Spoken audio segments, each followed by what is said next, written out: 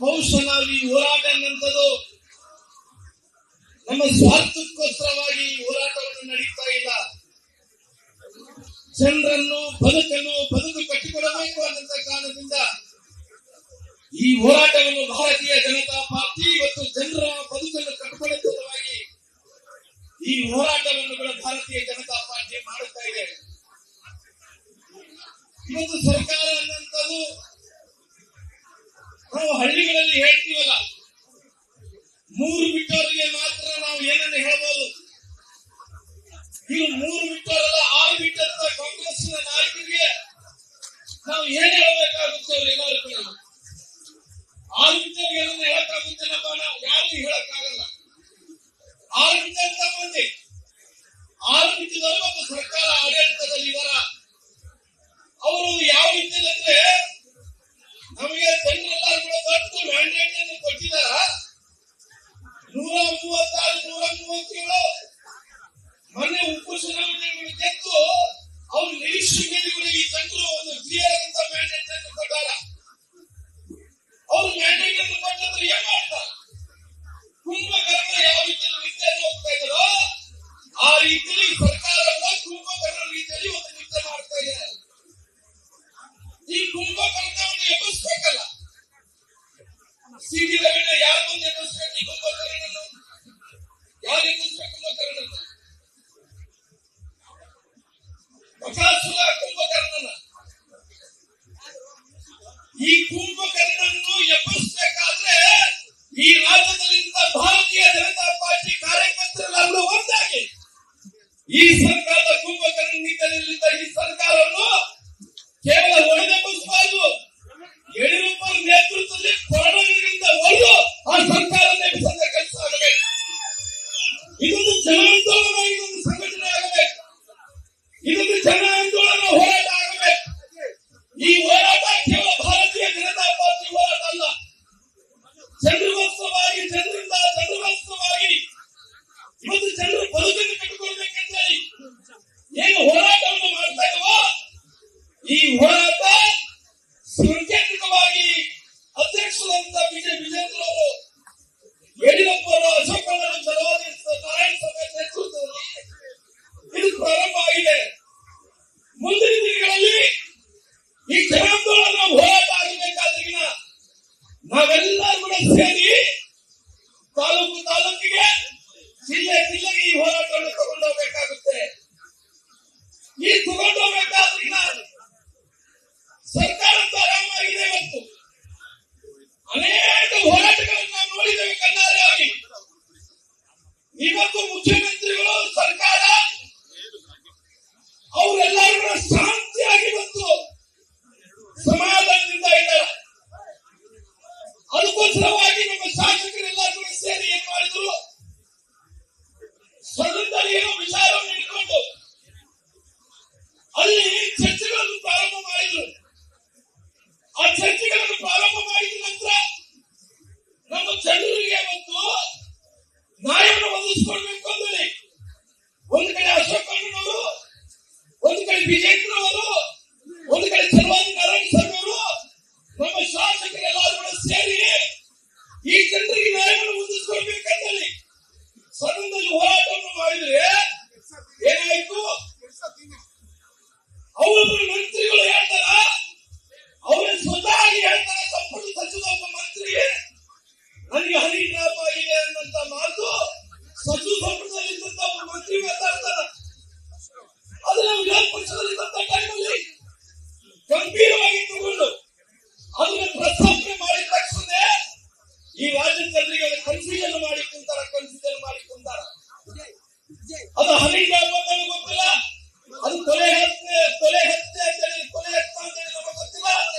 ಯಾವುದು ಗೊತ್ತಾಗಿರ್ತದೆ? ಇವತ್ತು ಸರ್ಕಾರ ಒಂದು ರೀತಿ ಒಂದು ಮಾತು, ಗೃಹ ಮಂತ್ರಿಗಳು ಒಂದು ಮಾತು, ಮುಖ್ಯಮಂತ್ರಿಗಳು ಒಂದು ಮಾತು, ಎಲ್ಲ ಮಾತನ್ನು ಕನ್ಫ್ಯೂಷನ್ ಮಾಡಿ ಈ ರಾಜ್ಯದ ಜನರು ಕನ್ಫ್ಯೂಷನ್ ಹೇಳುವಂತ ಕೆಲಸ ಈ ಸರ್ಕಾರ ಮಾಡಿದೆ. ನಮ್ಮ ಶಾಸಕರೆಲ್ಲ ಕೂಡ ಕೊನೆಗೋಸ್ಕರವಾಗಿ 18 ಮಂದಿ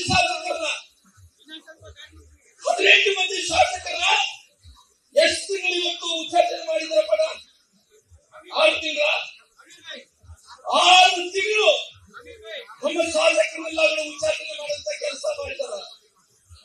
ವಿರೋಧ ಪಕ್ಷದಲ್ಲಿ ಬಂದ ಟೈಮಲ್ಲಿ ನಮ್ಮ ಹಕ್ಕು, ನಾವು ಹೋರಾಟ ಮಾಡಿ ನಮ್ಮ ಹಕ್ಕಿಗೆ ಅವಾಸವ ಬೇಡಿಕೆ ಹೇಳಿದರಂತೂ ಇವತ್ತು ಶಿಕ್ಷಣ, ಸಂಘಟನೆ, ಹೋರಾಟ ಈ ಮೂರು ವಿಷಯಗಳನ್ನು ಇಟ್ಕೊಂಡು ನಾವೇನು ಹೋರಾಟವನ್ನು ಮಾಡ್ತಾ ಇದ್ವೋ ನಮ್ಮ ಶಾಸಕರನ್ನೆಲ್ಲರೂ ಇವತ್ತು ಮಾರ್ಷಲ್ಗಳನ್ನು ಹಿಡಿಕೊಂಡು ನೀವು ಹೋರಾಡುವಂತ ಕೆಲಸ ಮಾಡ್ತೀರಾ. ಸ್ವಾಮಿ ವಿಧಾನಸೌಧದಲ್ಲಿ ನಿಮಗೆ ಶಕ್ತಿ ಇರ್ಬೋದು, ಆದ್ರೆ ನಮ್ಮ ಶಕ್ತಿ ವಿಧಾನಸೌಧದಲ್ಲಿ ಮೂರನೇ ಮಾಡಿದಲ್ಲಿ ನಮ್ಮ ಶಕ್ತಿ ಹೋಗೋದು ಕರ್ನಾಟಕ ರಾಜ್ಯದಲ್ಲಿ ಜಿಲ್ಲೆಗಳಲ್ಲಿ ನಮ್ಮ ರಾಜ್ಯದಲ್ಲಿ ಭಾರತೀಯ ಜನತಾ ಪಾರ್ಟಿ ಶಕ್ತಿ ಎದುರಿಗೆ ವಿಧಾನಸೌಧ ಶಕ್ತಿ ತಡೆಯಲಾಗುತ್ತ ಮಾತ್ರ ಹೇಳ್ತೀನಿ. ವಿಧಾನಸೌಧ ಶಕ್ತಿ ತಡೆಯಲ್ಲ. ಅದಕ್ಕೋಸ್ಕರವಾಗಿ ಮುಂದಿನ ದಿನಗಳಲ್ಲಿ ಈ ಸರ್ಕಾರಕ್ಕೆಲ್ಲ ಒಂದು ಕಡೆ ಕೊರೋನಾ ಹ್ಯಾಕನ್ನು ಹೊಡೆಯುವ ಮೂಲಕ ಈ ಬಕಾಸುರ ಕುಂಭಕರ್ಣವನ್ನು ಎದುರಿಸಬೇಕಾಗಿದೆ. ಅದಕ್ಕೋಸ್ಕರವಾಗಿ ನಮ್ಮ ಹೋರಾಟ ಪ್ರಾರಂಭ ಆಗಿದೆ. ಮುಂದಿನ ದಿನಗಳಲ್ಲಿ ಮನೆ ಮನೆಗೆ ಹೋರಾಟವನ್ನು ತಗೋಬೇಕಾಗಿದೆ. ಬಹುಶಃ ಇವತ್ತು ಎಲ್ಲರೂ ಬೆಲೆ ಏರಿಕೆ ಆಗಿಬಿಟ್ಟಾವ. ಬೆಲೆ ಏರಿಕೆ ಆಗಲಿಕ್ಕೆ ಯಾರು ಕಾರಣ? ಅವರು ಮಾಡಿದಂತ ಆರ್ಥಿಕ ನೀತಿಗೆ ಇವತ್ತೆಲ್ಲ ಬಡವರ ಮೇಲೆ ಇವತ್ತು ಹೊರೆ ಆಗಿದೆ. ಬಡವರ ಮೇಲೆ ಹೊರೆ ಆಗಿದೆ. ಅವರು ಎಲ್ಲ ಒಂದು ಕಡೆ ಆರ್ಥಿಕ ನೀತಿಯನ್ನು ಸರಿಪಡಿಸಬೇಕಾಗಿತ್ತು. ನಾವ್ಯಾರಿಗೂ ಭಾರತೀಯ ಜನತಾ ಪಾರ್ಟಿಯವರು ನಾವ್ಯಾರು ಗ್ಯಾರಂಟಿಗಳು ವಿರುದ್ಧವಾದಂತ ಮಂದಿ ಅಲ್ಲ. ಬಡವರಿಗೆಲ್ಲ ಸವಲತ್ತನ್ನು ಸಿಗಬೇಕು. ಆದ್ರೆ ಬಡವರಿಗೆ ಸವಲತ್ತನ್ನು ಸಿಗಂತ ಟೈಮಲ್ಲಿ ನೀನು 4 ಲಕ್ಷ ಕೋಟಿ ಬಜೆಟ್ ಕೊಟ್ಟಿಲ್ಲಪ್ಪ. ಆ 4 ಲಕ್ಷ ಕೋಟಿ ಬಜೆಟ್ ಅನ್ನು ಕೊಟ್ಟಂತ ಟೈಮಲ್ಲಿ ಈ ಗ್ಯಾರಂಟಿಗೆ ಎಷ್ಟು ರೊಕ್ಕ ಬೇಕಾಗುತ್ತಲ್ಲ ಅದು ತೆಗೆದಿಡಬೇಕಾಗಿತ್ತು. ನೀನು ತೆಗೆದಿಟ್ಟಿಲ್ಲ.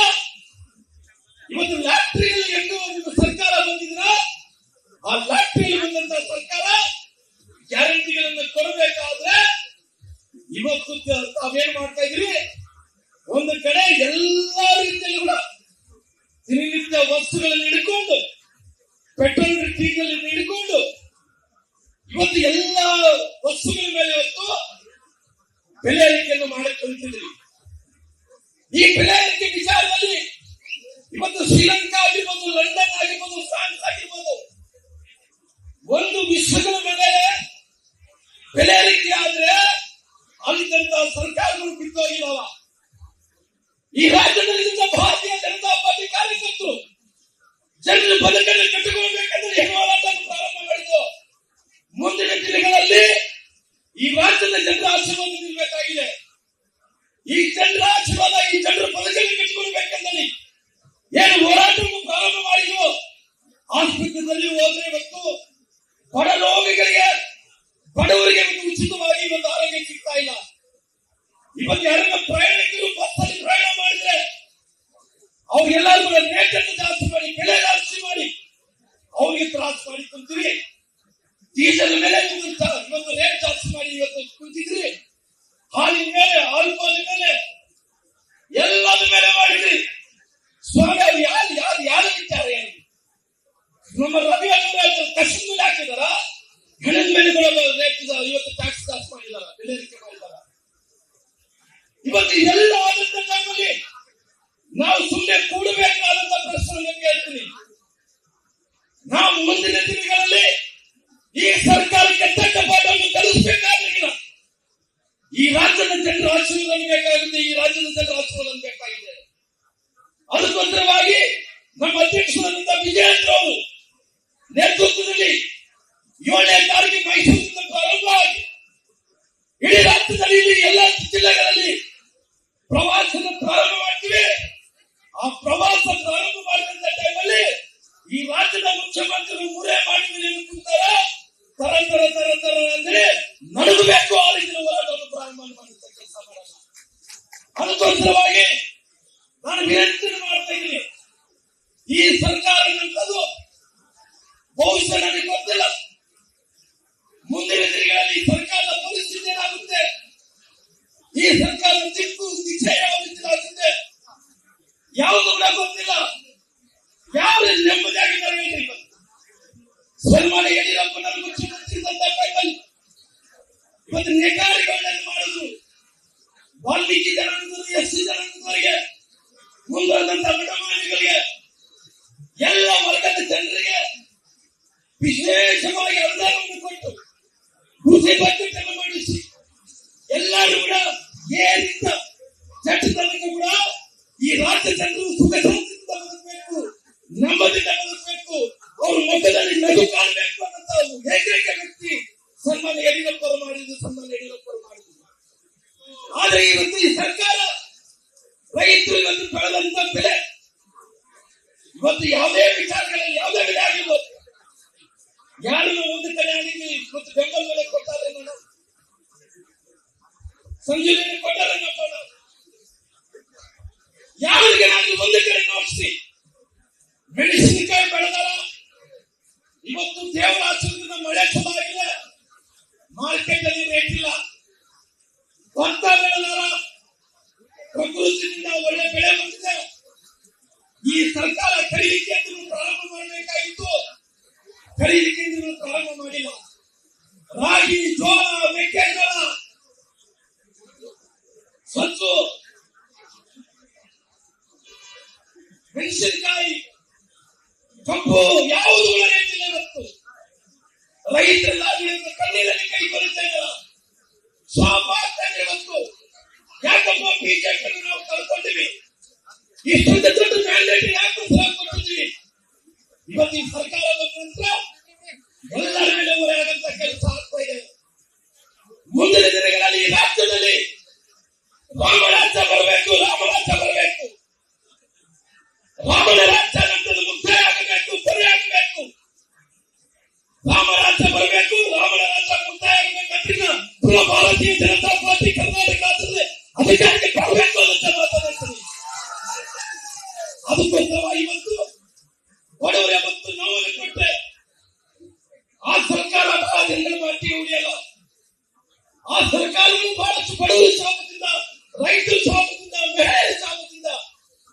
ಸ್ವಾಮಿ, ಎಲ್ಲ ಬಡವರ ಹತ್ರ ನೀನು ಅವ್ರು ಬದುಕಿನ ಜೊತೆ ಇವತ್ತು ಚಿಲ್ಲಾಟ ಆಡ್ತಾ ಇದ್ರಿ, ತಾಯಂದ್ರಿಗೆ 2,000 ರೂಪಾಯಿ ಕೊಡ್ತಾ ಇದ್ರಿ, ಎಲ್ಲ ಒಂದು ಕಡೆ ಗ್ಯಾರಂಟಿಗಳನ್ನು ಕೊಡ್ತಾ ಇದ್ರಿ.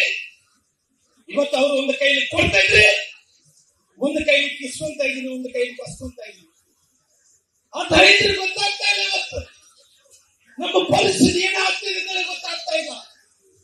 ಅದಕ್ಕೋಸ್ಕರವಾಗಿ ಮುಂದಿನ ದಿನಗಳಲ್ಲಿ ದೇಶದ ಪ್ರಧಾನಮಂತ್ರಿ ನರೇಂದ್ರ ಮೋದಿಯವರ ನೇತೃತ್ವದಲ್ಲಿ ಕರ್ನಾಟಕ ರಾಜ್ಯದಲ್ಲಿ ಪುನಃ ಪಕ್ಷ ಸಂಘಟನೆ ಮಾಡೋಣ.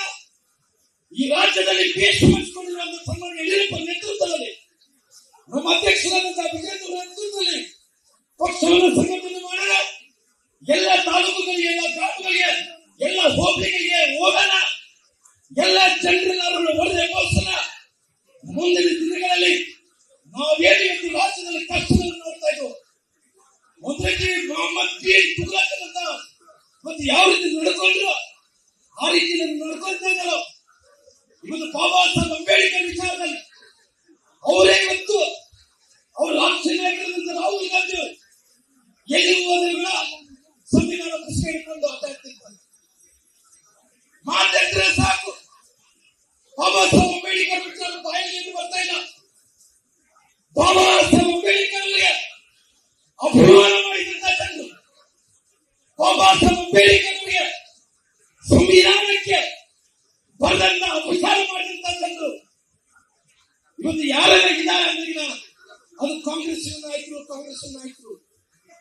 ಸ್ವಾಮಿ, ಇವತ್ತು ಸರ್ಕಾರ ಯಾವ ಮಂತ್ರಿಗಳನ್ನಾಗಲಿ, ಯಾವ ಜಿಲ್ಲೆಗೆ ಹೋಗ್ತಾ ಇದ್ದಾರ, ಯಾವ ತಾಲೂಕು ಹೋಗ್ತಾ ಇದ್ದಾರ, ವಿಧಾನಸಭೆಯಲ್ಲಿ ವಿಕಾಸದಲ್ಲಿ ಮೂರೇ ಮಾಡಿದಲ್ಲಿ ಕುಂತು ನೀನೆಷ್ಟು ಕೊಡಬೇಕು, ನಾನೆಷ್ಟು ಕೊಡ್ಬೇಕಂದ್ರೆ ಬೈಕೊಂಡೆ ಹಾಕೊಂತ ಇದ್ವಿ. ಈ ಬೈಕೊಂಡೆ ಹಾಕೊಂಡು ಅಲಿಬಾಬಾ 44 ಚೋರು ಇದ್ರು.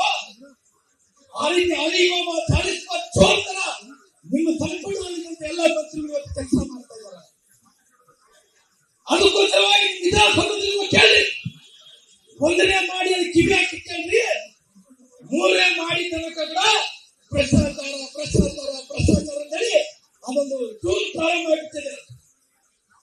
ಯಾರಲ್ಲಿ ಇವತ್ತು ಯಾರು ಸರ್ಕಾರಿ ನೌಕರ ಸಂಘದಿಂದ ಏನಪ್ಪಾ ಅಂದ್ರೆ ಏನೋ ಕೊಟ್ಟಿವಿ, ಕೊಟ್ಟು ಹಾಕಿದಾರ, ನಮ್ಮನ್ನು ನೆಟಾಡ್ತಿದ, ನಾವು ಹೇಳಿದ್ದ ನಡಿಬೇಕು. ಸ್ವಾಮಿ ಎಂತೆಂತ ನೋಡಿ ನಾವು ಭಾರತೀಯ ಜನತಾ ಪಾರ್ಟಿ ನೆಲದಲ್ಲಿ ಎಂತೆಂತವ್ರು ನೋಡಿವಿ. ನೀವೇನ ಲೆಕ್ಕನ ನಮಗೆ ಭಾರತೀಯ ಜನತಾ ಪಾರ್ಟಿ ಕಾರ್ಯಕರ್ತರಿಗೆ ಖಂಡಿತವಾಗಿ ಮುಂಬರುವಂತ ನೆನಪಿಡ್ಕೋಬೇಕು. ಮುಂದಿನ ದಿನಗಳಲ್ಲಿ ಇದೇ ತರ ನೀವು ಮಾಡ್ಕೊಂಡಾದ್ರೆ ಯಾರನ್ನೇ ಓಲೈಕೆ ಮಾಡಬೇಕು ಅಂತ ಗೊತ್ತಿದ್ರೆ ನಾವು ಭಾರತೀಯ ಜನತಾ ಪಾರ್ಟಿ ಕಾರ್ಯಕರ್ತರು ಯಾರು ಕೈ ಕೊಟ್ಟು ಕೂಡ ಕೆಲವು ಸಾಧ್ಯ ಇಲ್ಲ. ಮುಂದಿನ ದಿನಗಳಲ್ಲಿ ನನ್ನ ತಾಯಂದ್ರ ಸಮ್ಮುಖದಲ್ಲಿ ಬೀದಿ ಬರ್ತೀವಿ, ಹೋರಾಟವನ್ನು ಮಾಡ್ತೀವಿ, ಜನರಿಗೆ ನ್ಯಾಯವನ್ನು ಒದಗಿಸುವಂತ ಕೆಲಸ ಮಾಡ್ತೀವಿ. ಸ್ವಾಮಿ ನಮ್ಮ ವಿಜಯನವರು ಅವರು ಬೆಂಗಳೂರಿನಿಂದ ಮೈಸೂರು ತನಕ ಪಾದಯಾತ್ರೆಯನ್ನು ಮಾಡ್ತೀವಿ. ಎರಡು ವಿಷಯಗಳು ಇಟ್ಕೊಂಡು, ಒಂದು ಮೂಢ ವಿಚಾರದಲ್ಲಿ ಭ್ರಷ್ಟಾಚಾರ ಆಗಿದೆ, ಕರಪ್ಷನ್ ಆಗಿದೆ ಅಂತೇಳಿ, ಅದರಿಂದ ವಾಲ್ಮೀಕಿ ಅಭಿವೃದ್ಧಿ ನಿಗಮದಲ್ಲಿ ಕರಪ್ಷನ್ ಆಗಿದೆ ಅಂತೇಳಿ ಹೋರಾಟವನ್ನು ಇಟ್ಕೊಂಡು ಅವರು ಎಲ್ಲರೂ ಕೂಡ ಇವತ್ತು ಬೆಂಗಳೂರಿನಿಂದ ಮೈಸೂರು ತನಕ ಕೂಡ ನಾವು ಪಾದಯಾತ್ರೆಯನ್ನು ಮಾಡಿದ್ವಿ. ನೋಡಿ ಆ ಮನುಷ್ಯ ಪರಿಶಿಷ್ಟ ವರ್ಗಗಳ ಇಲಾಖೆ ಮಂತ್ರಿಗಳು ಸನ್ಮಾನ್ಯ ನಾಗೇಂದ್ರ ಅವರು ಮುಖ್ಯಮಂತ್ರಿಗಳ ಆಶೀರ್ವಾದ ಇತ್ತೋ ಇಲ್ಲ ಗೊತ್ತಿಲ್ಲ. ಅಲ್ಲಿ ಅವನು ಹೊಡೆದಿರುವಂತ ಹಣ 180 ಕೋಟಿ ಅಲ್ರಿ. ಯಾರ ಇತಿಹಾಸದಲ್ಲಿ ನಿಗಮದ ಹಣದಲ್ಲಿ ಬಡವರಿಗೆ ಕೊಡಬೇಕಾದಂತ ಸ್ಕಾಲರ್ಶಿಪ್ ಹಣ, ಬಡವರಿಗೆ ಮಕ್ಕಳು ಓದ್ಕೋಬೇಕಾದ್ರೆ ಉನ್ನತ ಶಿಕ್ಷಣ ಕಲಿಸಬೇಕಾದಂತ ಹಣ, ಬಡವರಿಗೆ ಗಂಡನ ಕಲ್ಯಾಣ ಯೋಜನೆಯಲ್ಲಿ ಬೋರ್ವೆಲ್ ಕೊಡಬೇಕಾದಂತ ಹಣ, ಬಡವರಿಗೆ ಜಮೀನು ಕೊಡಬೇಕಾದಂತ ಹಣ, ಅವನು 187 ಕೋಟಿ ರೂಪಾಯಿ ಪರಿಶಿಷ್ಟ ವರ್ಗಗಳ ಕಲ್ಯಾಣ ಮಂತ್ರಿ ಮಾಜಿ ಮಂತ್ರಿಗಳಾದ ನಾಗೇಂದ್ರ ಅವರು ಕಬ್ಬುಕ್ಕನ್ನ ಒಬ್ಬ ಮಂತ್ರಿ ನಿಂತುಬಿಡ್ತಾರೆ. ಅವನು ಎಷ್ಟು ಪರಾಕ್ರಮಿ ವ್ಯವಸ್ಥೆ ಮಾಡ್ತಾರೆ. ಆಮೇಲೆ ಇವತ್ತು ಎಲ್ಲ ನಿಗಮಗಳಲ್ಲಿ ಭ್ರಷ್ಟಾಚಾರ ಆಗ್ತಕ್ಕಂಥ ಹೋರಾಟ ಮಾಡ್ತಕ್ಕಂಥ ಟೈಮಲ್ಲಿ ಅವರು ಮುಖ್ಯಮಂತ್ರಿಗಳು ಹೇಳ್ತಾ ಇದ್ರು, ನನ್ನ ಇವತ್ತು ಮೂಢ ವಿಚಾರದಲ್ಲಿ ಏನು ಸೈಟ್ ವಿಚಾರದಲ್ಲಿ ಅವ್ರು ಏನ್ ಕೇಳ್ತಾ ಇದ್ರು, ಇವತ್ತು 60 ಕೋಟಿ 65 ಕೋಟಿ ಕೇಳ್ತಾ ಇದ್ದಾರೆ 4 ಸೈಟ್ಗಳಿಗೆ. 4 ಸೈಟ್ಗೆ 5 ಸೈಟ್ಗಳಿಗೆ 60 ಕೋಟಿ 70 ಕೋಟಿ ಕೇಳೋರಿಗೆ ಇವತ್ತು ಮೈಸೂರಿನ ಮಹಾರಾಜರು 100 ಎಕರೆಗೆ ಅವ್ರಿಗೆ ಕಂಪೋಸಿಷನ್ ಕೊಡೋದ್ರೆ ಎಷ್ಟು ಕೊಡ್ತದೆ ಅವ್ರು 60 ಕೋಟಿ ರೂಪಾಯಿ 4 ಸೈಟ್ಗಳು ಕೇಳ್ತಾರ. ಇವ್ರಿಗೆ 100 ಎಕರೆಗೆ ಎಷ್ಟು ಕೊಡ್ತಾರೆ ಅಂದ್ರೆ 13 ಕೋಟಿ ರೂಪಾಯಿ ಕೊಡ್ತಾರೆ. 13 ಕೋಟಿ ಇದೇ ಏನು ನಮ್ಮ ಭಾರತೀಯ ಜನತಾ ಪಾರ್ಟಿಯ ಸಂಸದರಾಗಿರುವಂತ ಯಡಿಯೂರಪ್ಪ ಆ ಮನೆತನದ ಸಂಸದರಾಗಿರುವಂತ ಒಂದೇ ಒಂದು ಕಾರಣಕ್ಕೋಸ್ಕರವಾಗಿ ಇವತ್ತು ಮೈಸೂರಿನ ಮಹಾರಾಜರ ಪ್ಯಾಲೇಸ್ ಅನ್ನು ನೀವು ಅದನ್ನ ಆಕ್ಯುಪೈ ಮಾಡಿಕೊಳ್ಳುವಂತ ಕೆಲಸ ಮಾಡ್ತೀವಿ. ಇದೆಂತರಾಗಿ ನಾವು ಕೇಳಬೇಕಾಗಿದೆ. ಬಡವರ ಸಲುವಾಗಿ ನಿಲ್ಲಂತ ಪಾರ್ಟಿ, ರೈತರ ಪರವಾಗಿ ನಿಲ್ಲಂತ ಪಾರ್ಟಿ, ಮೇಳದ ಪರವಾಗಿ ಎಲ್ಲ ವರ್ಗದ ಜನರ ಪರವಾಗಿ ನಿಲ್ಲಂತ ಪಾರ್ಟಿ ಅದು ಭಾರತೀಯ ಜನತಾ ಪಾರ್ಟಿ. ಭಾರತೀಯ ಜನತಾ ಪಾರ್ಟಿ ಅದಕ್ಕೋಸ್ಕರವಾಗಿ ನಾವು ವಿನಂತಿಯನ್ನು ಮಾಡ್ತಾ ಇದ್ದೀವಿ, ಯಾರೊಬ್ಬರಿಗೂ ಸ್ವಾರ್ಥ ಇಲ್ಲದಂತೆ ಮುಂದಿನ ದಿನಗಳಲ್ಲಿ ಪಕ್ಷ ನೋಡ್ರಿ, ದೇಶ ನೋಡ್ರಿ, ಪಕ್ಷ ದೇಶವನ್ನು ನೋಡಿದಂತ ಟೈಮಲ್ಲಿ ಖಂಡಿತವಾಗಿ ನಮ್ಮೆಲ್ಲರಿಗೂ ವಿಶ್ವಾಸವನ್ನು ಮೂಡುವಂತ ಕೆಲಸ ಮಾಡ್ತದೆ. ಅದಕ್ಕೋಸ್ಕರ ಅನೇಕ ಮಹನೀಯರು ಮಾತಾಡಬೇಕಾಗಿದೆ. ಇವತ್ತು ಬಾಬಾ ಸಾಹೇಬ್ ಅಂಬೇಡ್ಕರ್ ಅವರ ಅಪಮಾನ ಮಾಡುವಂತ ಕೆಲಸ ಕಾಂಗ್ರೆಸ್ ನಾಯಕರು ಮಾಡಿದ್ರು. ಧರ್ಮದ ಆಧಾರದ ಮೇಲೆ ಮೀಸಲಾತಿ ಕೊಡಬಾರದು ಅಂತೇಳಿ ಬಾಬಾ ಸಾಹೇಬ್ ಅಂಬೇಡ್ಕರ್ ಅವರು ಹೇಳಿದ್ದಾರೆ. ಎಲ್ಲರ ಸಂವಿಧಾನದಲ್ಲಿ ಎಲ್ಲರೊಂದು ಅವಕಾಶ, ಒಂದು ಕಾಲದಲ್ಲಿ ಧರ್ಮದ ಆಧಾರದ ಮೇಲೆ ಬುದ್ಧಿಯನ್ನಾರಿಗೆ ಮೀಸಲಾತಿ ಕೊಡಬಹುದು ಅನ್ನೋದನ್ನ ನೀವೆಲ್ಲರೂ ಒಂದು ಕಡೆ ನೋಡಿಸಿ, ನಿಮಗೆ ನಾನು ಹೇಳ್ತೀನಲ್ಲ, ಶಿರಸ್ತಾಂಗವಾಗಿ ನಮ್ಮೆಲ್ಲ ಕಾರ್ಯಕರ್ತರು ನಿಮ್ಮ ಕಾಲಿಡ್ಕೊಂತ ನಿಮ್ಮ ಕಾಲಿಡ್ತಾರೆ, ಎಲ್ಲಿಗೂ ಅವಕಾಶ ಇಲ್ಲ. ಇವತ್ತು ನಮ್ಮ ಭಾರತೀಯ ಜನತಾ ಪಾರ್ಟಿ ನಮ್ಮ ಸರ್ಕಾರ ಇರತಕ್ಕ ಯಡಿಯೂರಪ್ಪ ಬೊಮ್ಮಾಯಿನವರು ಪರಿಶಿಷ್ಟ ವರ್ಗಗಳಿಗೆ 3% ಮೀಸಲಾತಿತ್ತು. 1953ರಲ್ಲಿ ಏನು 3% ಮೀಸಲಾತಿತ್ತೋ ಸುಮಾರು ಎಷ್ಟು ಜನಾಂಗಕ್ಕೆ 51 ಜಾತಿಗಳಿಗೆ ಎಷ್ಟು ಪರ್ಸೆಂಟ್ ಮೀಸಲಾತಿತ್ತು? 3% ಮೀಸಲಾತಿತ್ತು. 1959ರಿಂದ ಇಲ್ಲಿ ತನಕ ಕೂಡ ಇದ್ದಿದ್ದು ಕೇವಲ 3%. ನಮ್ಮ ಸರ್ಕಾರ ಒಂದಿನ ಸಂದರ್ಭದಲ್ಲಿ ಎಷ್ಟು ಜನಾಂಗಕ್ಕೆ ಒಳ್ಳೆಯದನ್ನಾಗಬೇಕೆನ್ನುವ ಕಾರಣದಿಂದ ಯಡಿಯೂರಪ್ಪರು ಒಮ್ಮೆಯಾರು ಸೇರಿ ಅದನ್ನು 4% ಜಾಸ್ತಿ ಮಾಡಿ 7% ಮೀಸಲಾತಿಯನ್ನು ಮಾಡುವಂತ ಕೆಲಸ ಮಾಡಿದ್ರು. ಅದೇ ರೀತಿ ಪರಿಶಿಷ್ಟ ಜಾತಿಗಳಿಗೆ 101 ಜಾತಿಗಳಿಗೆ ಸುಮಾರು ಅವ್ರು ಇದ್ದಿದ್ದು 15%, 15ರಿಂದ 17% 2% ಮೀಸಲಾತಿ ಜಾಸ್ತಿ ಮಾಡುವಂತ ಕೆಲಸ ಮಾಡಿದ್ರು. ಭಾರತೀಯ ಜನತಾ ಪಾರ್ಟಿ ಈ ಕೆಲಸ ಮಾಡಿಲ್ಲ ಅಂತ ಹೇಳಿ ತಾವು ಹೇಳ್ಬೇಕಾದ್ರೆ ಹೇಳ್ತೀವಿ. ಇವತ್ತು 100ಗೆ ನಮ್ಮ ಪ್ರೋಗ್ರೆಸ್ ರಿಪೋರ್ಟ್ 100ಗೆ ಭಾರತೀಯ ಜನತಾ ಪಾರ್ಟಿ ಎಷ್ಟು ಮಾರ್ಕ್ ತೋರಿಸಿತು? 80%.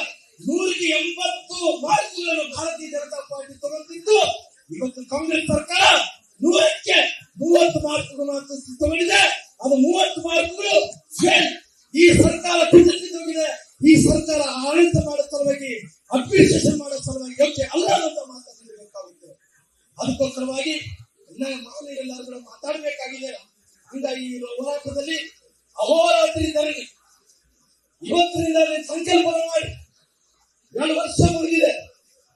3 ವರ್ಷಗಳ ಕಾಲ ಎಲ್ಲಿ ತನಕ ಭಾರತೀಯ ಜನತಾ ಪಾರ್ಟಿ ಕ್ಲಿಯರ್ ಆದಂತ ಮ್ಯಾಂಡೇಟ್ ಬಲ್ಲನ್ನು, ಕ್ಲಿಯರ್ ಆದಂತ ಮೆಜಾರಿಟಿ ಬಲ್ಲನ್ನು ನಮ್ಮೆಲ್ಲ ನಿಷ್ಠಾವಂತ ಕಾರ್ಯಕರ್ತರು ಮನೆ ಸೇರವಾದಂತ ಸಂಕಲ್ಪ ಇವತ್ತು ಫ್ರೀಡಂ ಪಾರ್ಕ್ನಲ್ಲಿ ಆಗಬೇಕು. ಫ್ರೀಡಂ ಪಾರ್ಕ್ನಲ್ಲಿ